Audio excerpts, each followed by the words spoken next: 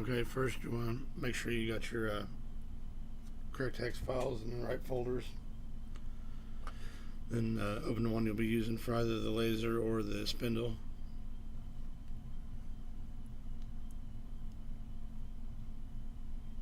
And I'm having to narrate this because I lost my audio track,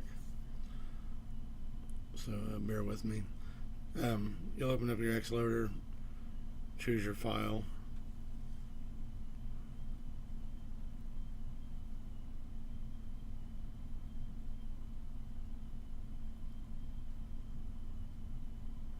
And make sure you have your device selection correct, right COM port, and have your baud rate set up. And then you'll upload.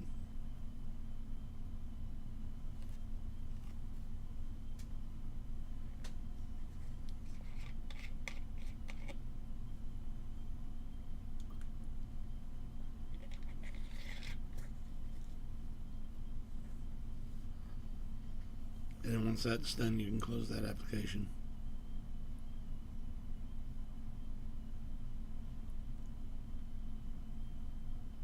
Next, you can open up your pick sender software to verify that you have the correct install. I don't know why, but on my system it takes forever for it to open. It functions properly once open, but it just takes forever for the program to open. But when you start it, you can get verification on which hex file you're running.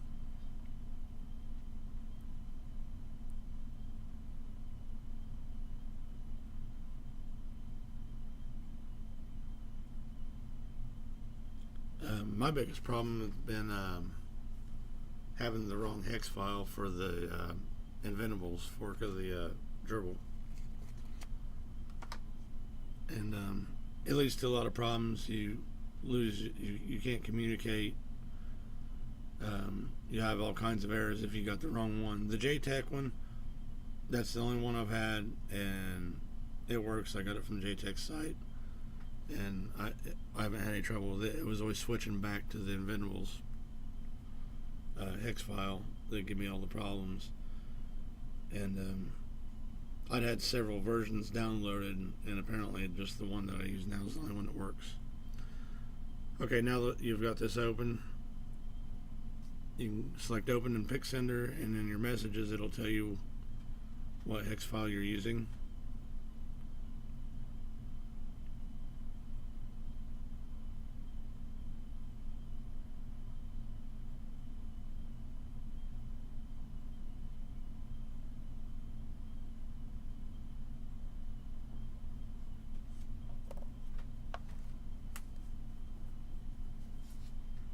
And you can exit that out.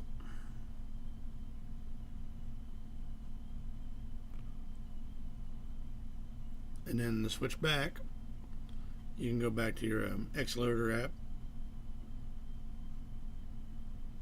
and select your Inventables X and re-upload it to your machine. Now here I made a mistake. I didn't notice that it was set to Arduino Omega, and it was, getting pretty late for me, and I was tired and wasn't thinking about it.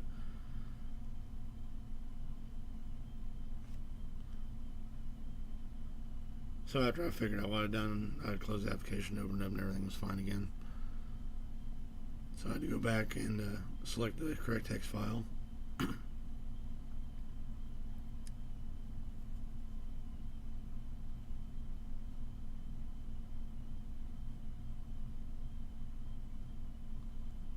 Now, if you're running the 500mm Xcarve, this is all you should have to do. You wouldn't have to go through the whole machine setup, just part of it to verify that it's connected. If you're using 1000mm, you want to select what options you have. Well, I guess you would too on the 500mm because of your lead screw. So now you want to open up your easel program.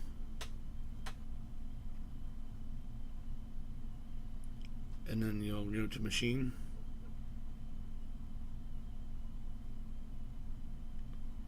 then machine setup. And here's where you want to select your setup for your machine. And then next, what you want to do is unplug your USB cable. This is a big thing that gets missed a lot. Wait a few seconds and then plug it back in, and it will recognize the system. And then you're good to go. You can do whatever you want from there. I just normally cancel out because it works. But if you want to verify it, you can follow through with the rest of the settings.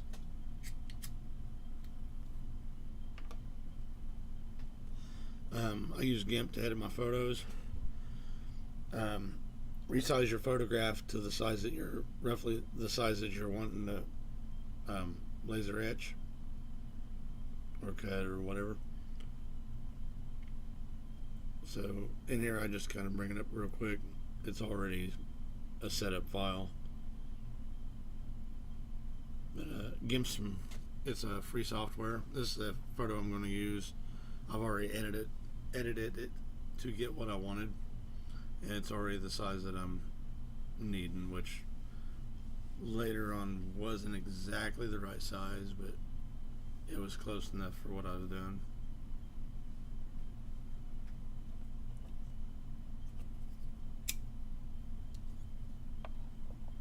After I'd converted it to a BMP file, I should have brought it back up and verified that the size was correct, because apparently the size altered whenever I went from a JPEG.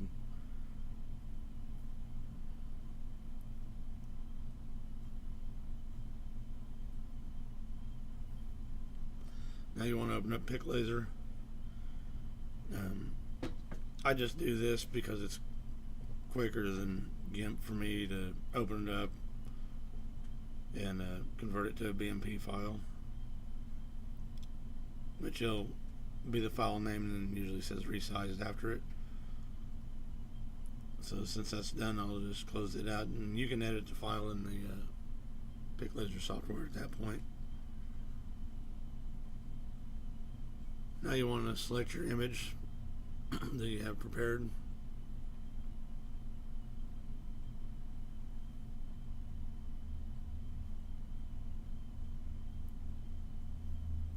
And then verify that it's the size that you're wanting it to be. And over on the left hand side, you can see the image width and image height.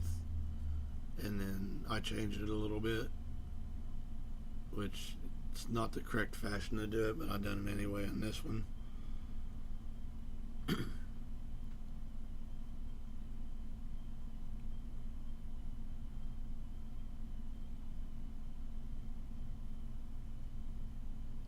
So you'll go to change settings, set your feed rate up.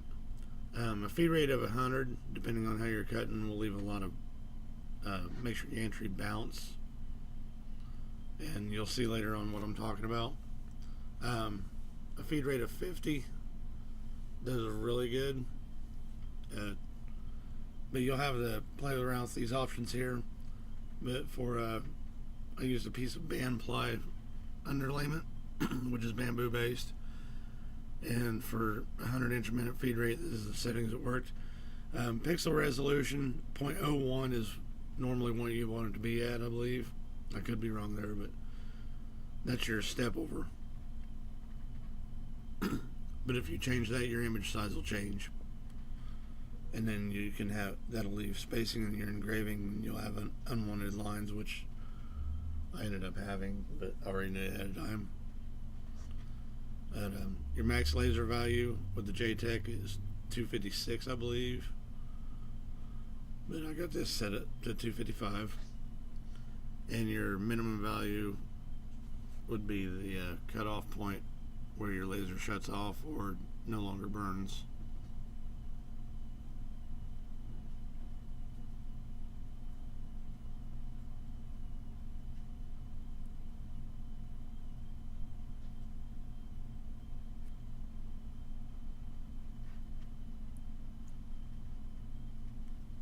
And like I said, you'll have to play around with these settings to get what you want, so have a scrap piece of wood handy. Your laser off command would be your M03S0. That would be your point where the laser is off. And your control command, leave it at M05S. If you add anything else in there, that's the power that it will continue to cut at. And then over here to the left, you can engrave it a vertical, horizontal, or 45 degree. You can engrave an outline, and if you're using the Xcarve, you want to have the gerbil selected. Like I said, you can engrave outline and how many passes. I believe that's for the outline itself. I haven't really messed with that.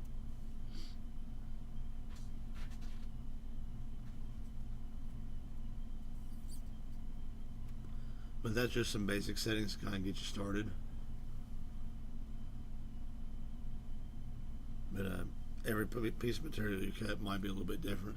So if you can have a piece of scrap handy to just start a burn of the image to see what it's going to look like, so you can go back and change your settings.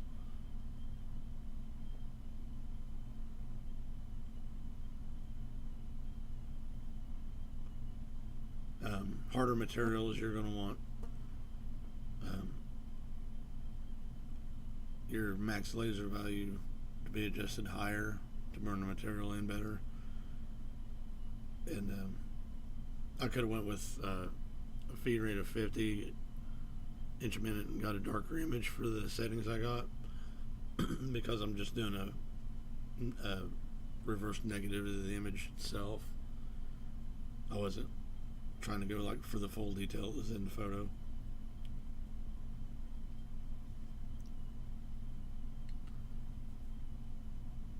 Now, some of you out there, your settings may be different completely depending on what your setup is, but like I said, this is just the basic.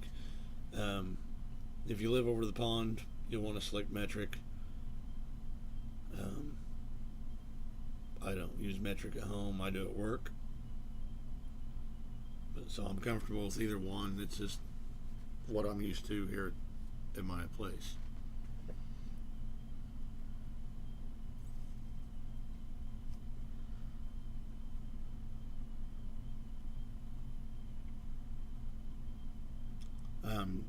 Unless you're using a 3D printer, do not select the Jtech. We'll select gerbil. Then once you've verified everything's what you're wanting to start out with, you can save the settings.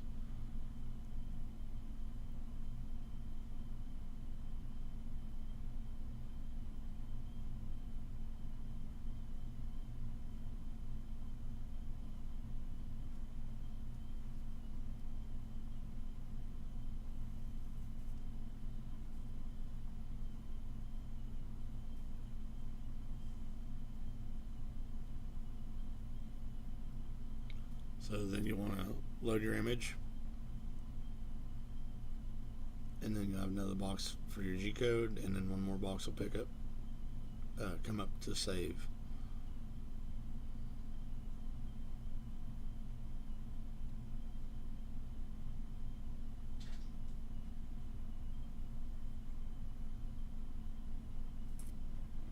And then it'll take a few seconds or minutes depending on your photo size.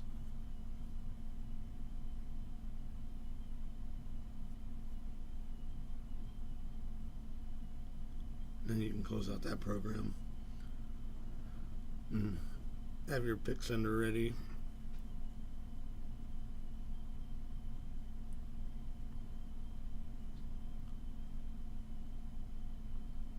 And then make sure your settings are correct on that. And select open.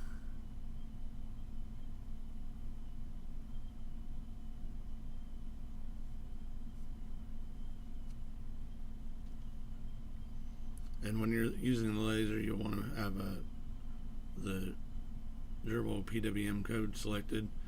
If you use a metric, you want to select that, and if not, deselect it and send in O3 codes. I'm just going to go through just the bare basics on this.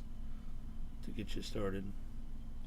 You'll have to go to the end of the video to see how to focus the laser, because I didn't edit it correctly.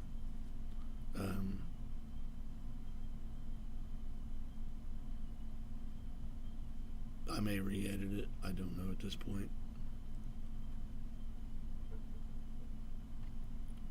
So your MO3 and MO5 down at the bottom, you can click that and that'll turn your laser on and off. But you want to go to the do command and put in your S command for your laser power so you can get it focused and ready. S space 2 is a pretty good point where you can focus it. Make sure you're wearing your safety goggles. 'Cause you can also see the dot better. And here I put S5. Like I said, I was tired and not thinking. And then you can click that to turn your laser on and off. When your laser's on, you can change your do command settings, and your laser power settings will change at that time.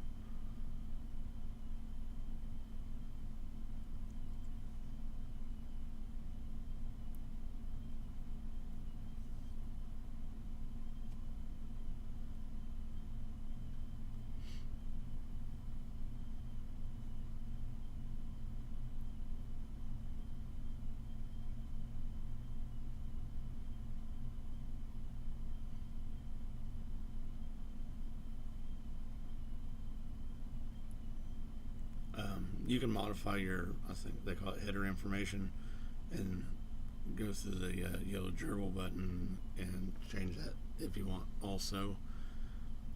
I leave mine the way it is. I haven't really had any issues with it. So you want to click load, pick your file, and then send when you're ready.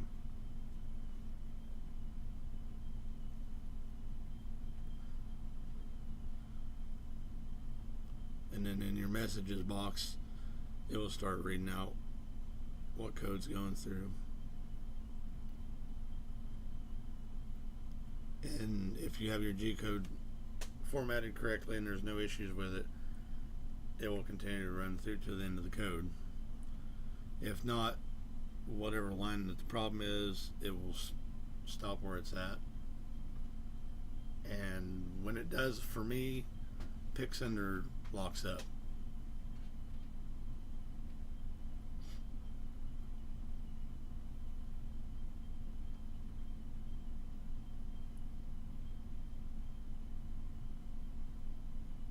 And there it started.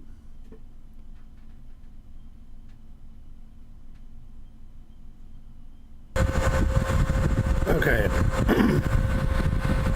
There's your laser dot. You can adjust your lens, or you can adjust your Z, or you might have to adjust a little bit of both. The reason I'm saying also to use your glasses other than safety is you can actually see the dot better. But there you can see the pinpoint itself. Looking through the glasses.